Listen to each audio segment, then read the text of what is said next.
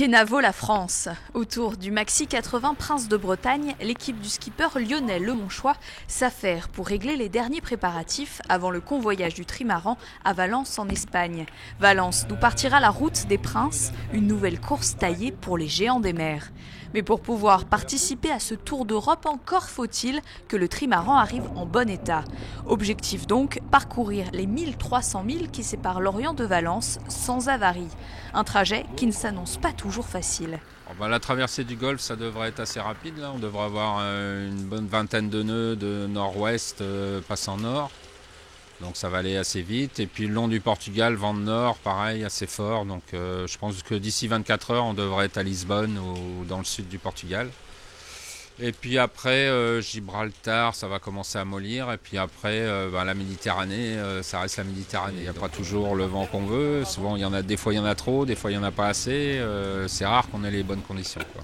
Une deuxième partie de convoyage d'autant plus importante pour les navigateurs qu'ils vont découvrir comment réagit le Maxi 80 en Méditerranée. Là, c'est la première fois qu'on quitte les eaux territoriales françaises. Donc on part à l'aventure avec le bateau. Jusqu'à maintenant, on est resté dans le coin, dans le golfe de Gascogne, en Bretagne. Là, on passe un stade au-dessus, quoi. Une nouvelle étape pour toujours mieux optimiser le trimaran. L'occasion également d'apprendre à naviguer en équipe avant le grand départ pour 3 semaines de course. Ça va être une belle occasion ce qu'on voyage, parce que c'est la première fois qu'on va passer autant de temps en mer de suite, donc on devrait mettre 4 jours je pense.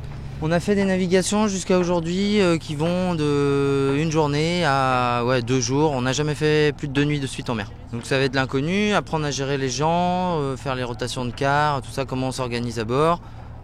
Comment le bateau permet d'être mené en équipage réduit pendant que les gens dorment. C'est toutes ces petites phases-là qu'on va pouvoir... et apprendre à vivre ensemble, c'est toutes ces petites phases-là qu'on va mettre au point pendant ce convoyage.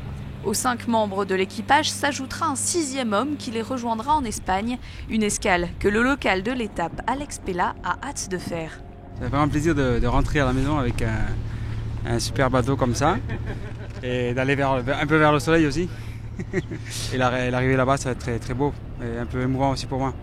Après avoir hissé la grand voile fraîchement réparée sur le mât de 28 mètres, direction Valence pour Lionel Lemonchois et son équipe, où les Espagnols les attendent pour leur faire découvrir pendant une semaine la gastronomie et la richesse du terroir local, avant le grand départ pour la course le 9 juin prochain.